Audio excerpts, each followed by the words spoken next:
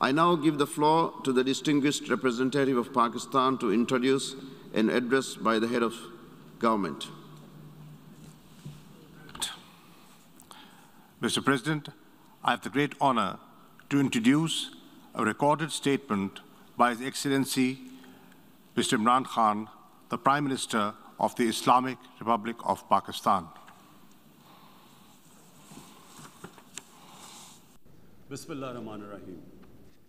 Iyaka na'budu wa iyaka nasta'in. Mr. President, I congratulate you on assuming the presidency of the 76th session of the General Assembly.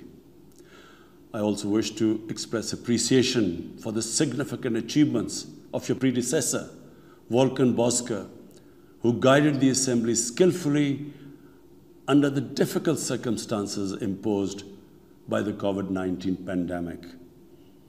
Mr. President, the world is facing triple challenge of the COVID-19, the accompanying economic crisis, and the threats posed by climate change. The virus does not discriminate between nations and people, nor do the catastrophes imposed by uncertain weather patterns. The common threats faced by us today not only expose the fragility of the international system, they also underscore the oneness of humanity. By the grace of Almighty Allah, Pakistan has been successful so far in containing the COVID pandemic. Our collaborated strategy of smart lockdowns helped save lives and livelihoods and kept the economy afloat. Over 15 million families survived through a social protection program of Asas. Mr. President, climate change is one of the primary existential threats that our planet faces today. Pakistan's contribution to global emissions is negligible, yet we are among the 10 most vulnerable countries to the effects of climate change in the world. Being fully aware of our global responsibilities, we have embarked upon game-changing environmental programs, reforesting Pakistan through our 10 billion tree tsunami, preserving natural habitats, switching to renewable energy, removing pollution from our cities, and adapting to the impacts of climate change. To address the triple crisis of COVID pandemic, economic downturn, and climate emergency, we need a comprehensive strategy that should include, number one, vaccine equity. Everyone, everywhere, must be vaccinated against COVID, and as soon as possible. Two, adequate financing must be made available to developing countries. This can be ensured through comprehensive debt restructuring, expanded ODA, redistribution of unutilized SDRs, and allotment of a greater proportion of SDRs to developing countries. And finally, provision of climate finance. Three, we must adopt clear investment strategies which help alleviate poverty, promote job creation, build sustainable infrastructure, and of course, bridge the digital divide. I propose that the Secretary General convene an SDG summit in 2025 to review and accelerate implementation of sustainable development goals. Mr. President, because of the plunder of the developing world by their corrupt ruling elites, the gap between the rich and the poor countries is increasing at an alarming speed. Through this platform, I've been drawing the world's attention towards the scourge of illicit financial flows from developing countries. The Secretary General's high-level panel of financial accountability, transparency, and integrity called the Facti Panel, has calculated that a staggering $7 trillion in stolen assets are parked in financial haven destinations. This organized theft and illegal transfer of assets has profound consequences for the developing nations. It depletes their already meager resources, accentuates the levels of poverty, especially when laundered money puts pressure on the currency and leads to its devaluation. At the current rate, when the Facti Panel estimates that $1 trillion every year is taken out of the developing world, there will be a mass exodus of economic migrants towards the richer nations. What the East India Company did to India, the crooked ruling elites are doing to the developing world, plundering the wealth and transferring it to Western capitals and offshore tax havens. And Mr. President, retrieving the stolen assets from the developed countries is impossible for poor nations. The rich countries have no incentives or compulsion to return this ill-gotten wealth. And this ill-gotten wealth belongs, remember, to the masses of the developing world.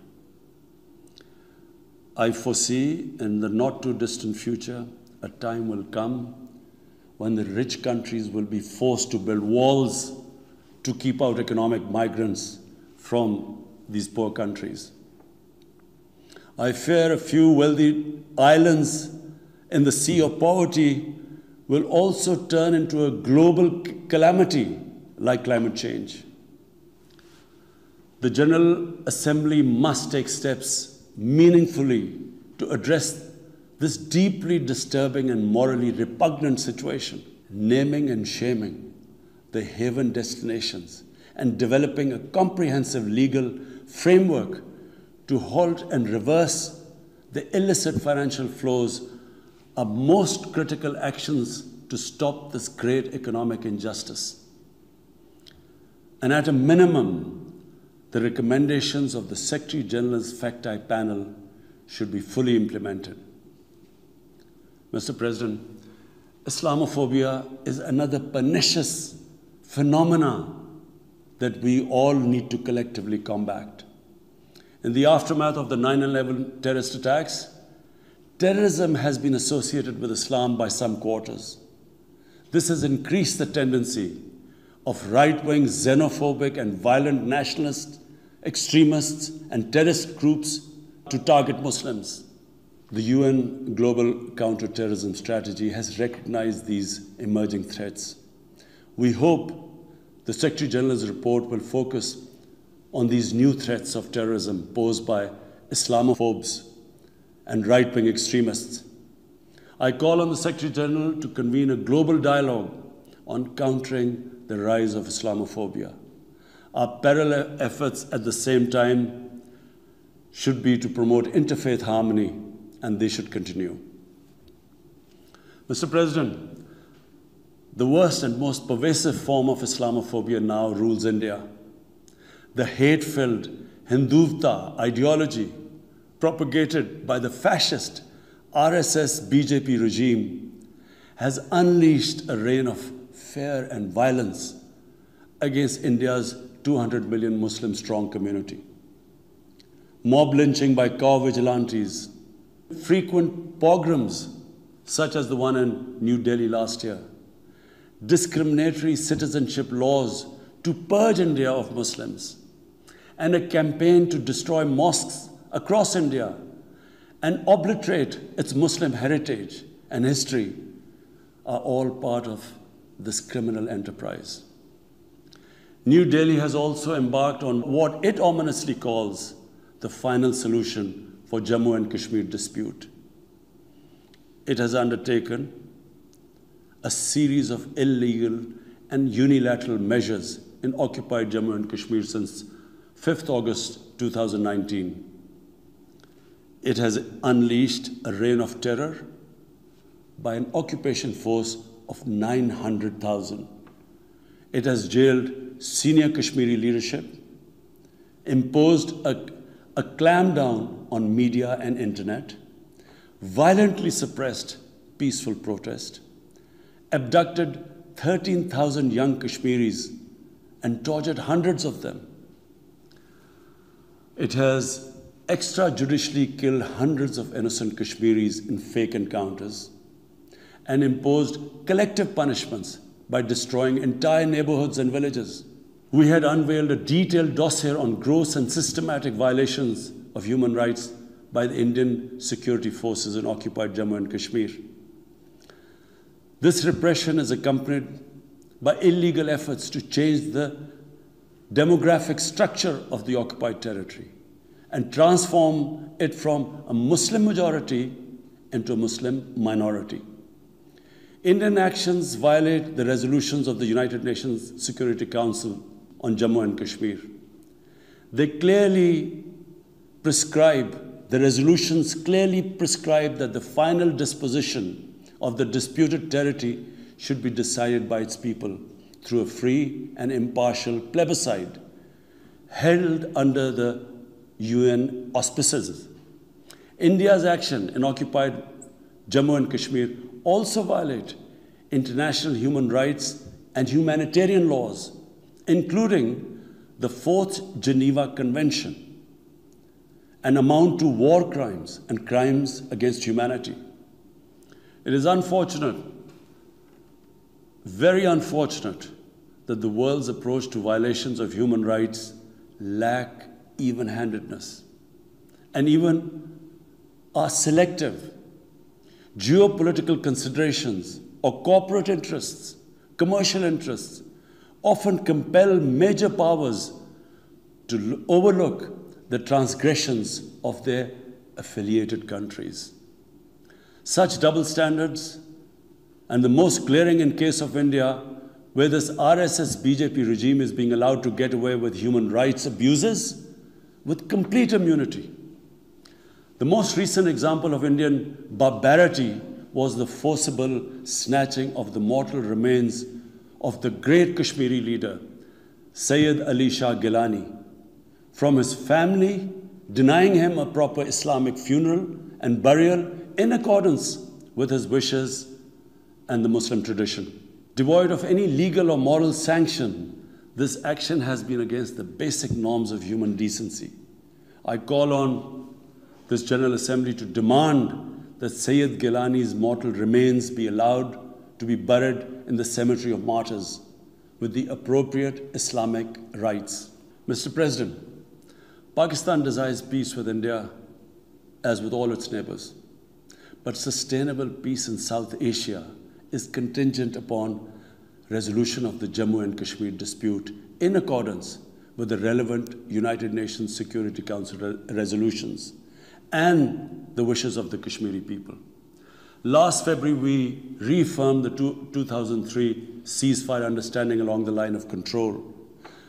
The hope was that it would lead to a rethink of the strategy in Delhi.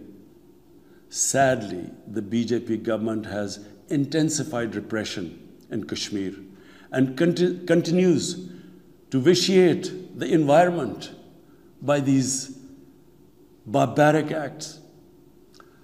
The onus remains on India to create a conducive environment for meaningful and result-oriented engagement with Pakistan.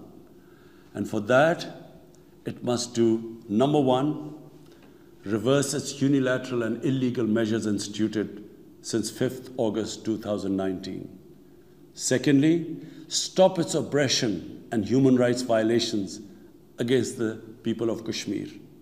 And three, halt and reverse the demographic changes in the occupied territory. It is also essential to prevent another conflict between Pakistan and India. India's military buildup, development of advanced nuclear weapons, and acquisition of destabilizing conventional capabilities can erode mutual deterrence between the two countries. And now, Mr. President, I want to talk about Afghanistan. the current situation in Afghanistan, for some reason, Pakistan has been blamed for the turn of events by politicians in the United States and some politicians in Europe. From this platform, I want them all to know the country that suffered the most, apart from Afghanistan, was Pakistan when we joined the US war on terror after 9/11. 80,000 Pakistanis died. $150 billion was lost to our economy. There were 3.5 million internally displaced Pakistanis. And why did this happen? In the 80s, Pakistan was a frontline state in fighting against the occupation of Afghanistan. Pakistan and the United States trained mujahideen groups to fight for the liberation of Afghanistan. Amongst those mujahideen groups were Al-Qaeda, were various groups from all over the world. They were mujahideen, Afghan mujahideen. These were considered heroes. President Ronald Reagan invited them to White House in 1983. And according to news items, he compared them to the founding fathers of the United States. They were heroes. Come 1989, the Soviets leave. So do the Americans, abandon Afghanistan. Pakistan was left with 5 million Afghan refugees. We were left with sectarian militant groups which never existed before. But the worst cut of it was that a year later, Pakistan was sanctioned by the US. We felt used. Fast forward 9/11, Pakistan is needed again by the US because now their US-led coalition is now invading Afghanistan, and it could not happen without Pakistan providing all the logistical support. What happened after that?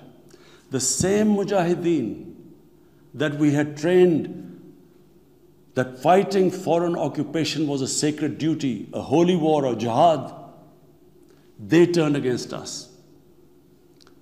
We were called collaborators. They declared jihad on us. Then all along the tribal belt bordering Afghanistan, the Pakistan semi-autonomous tribal belt, where no Pakistan army had been since our independence, they had strong sympathies with the Taliban, Afghan Taliban, not because of their religious ideology, but because of Pashtun nationalism, which is very strong. Then there were 3 million Afghan refugees still in Pakistan, all Pashtuns, living in camps, 500,000, the biggest camp, 100,000 camps.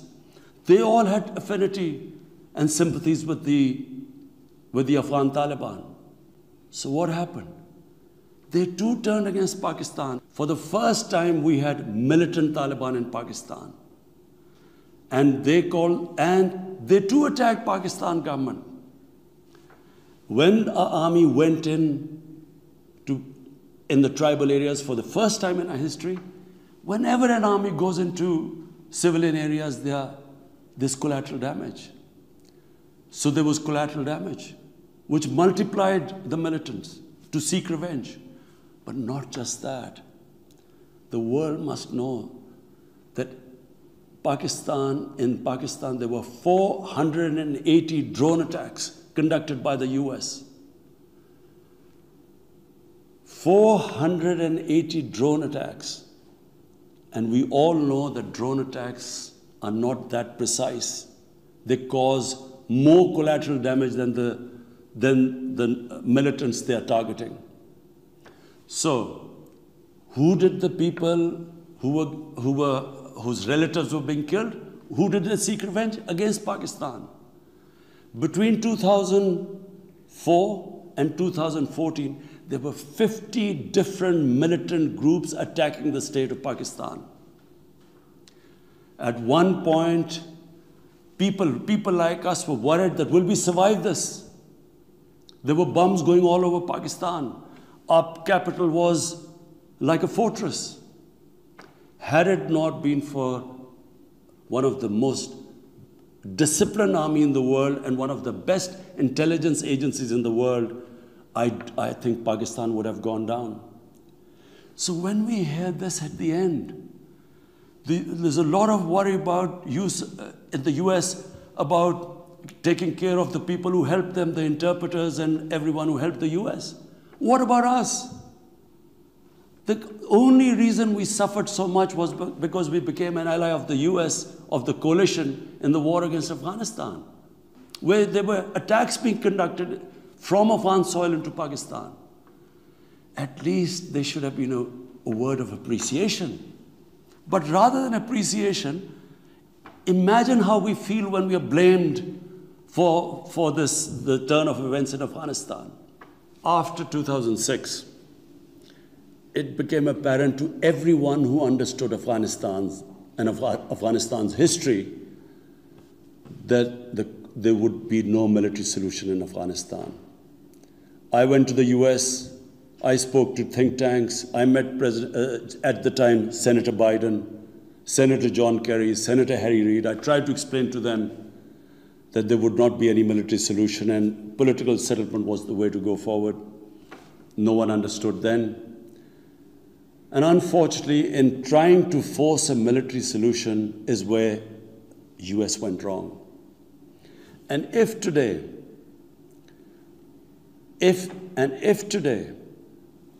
the world needs to know why the Taliban are back in power, all the world has to do is do a deep analysis of why 300,000 well-equipped Afghan army, and remember, Afghans are one of the bravest nations on earth. Why did this 300,000 Afghan army give up without a fight? The moment a deep analysis of this is done, the world would know why the Taliban are back in power, and it's not because of Pakistan. So, Mr. President, right now, the whole world community should think, what is the way ahead? There are two paths we can take. If we neglect Afghanistan right now, according to the UN, half the people of Afghanistan are already vulnerable. And by next year, almost 90% of people in Afghanistan will go below the poverty line. There's a huge humanitarian crisis looming ahead. And this will have serious repercussions, not just for the neighbors of Afghanistan, but it will have repercussions everywhere if a destabilized, a chaotic Afghanistan again becomes a safe haven for international terrorists. The reason why the US came to Afghanistan in the first place. So therefore, there is only one way to go. We must strengthen this current government, stabilize it, for the sake of the people of Afghanistan. What have the Taliban promised? They will respect human rights. They will have an inclusive government. They will not allow this soil to be used by terrorists. And they have given amnesty. Now, if the world community incentivizes them, encourages them to walk this talk, it will be a win-win situation for everyone. Because these are the four things that in Doha, when the US was talking to the Taliban, these were the conditions the dialogue was all about. So if the world can incentivize them to go this direction, then after all, this 20-year of presence, of coalition presence in Afghanistan would not be wasted, because Afghan soil would not be used for international terrorism. So I end my talk, Mr. President, by urging everyone that this is a critical time for Afghanistan. You cannot waste time. Help is needed there. Humanitarian assistance has to be given there immediately. And the Secretary General of the United Nations has taken bold steps I urge you to mobilize the international community and move in this direction. Thank you.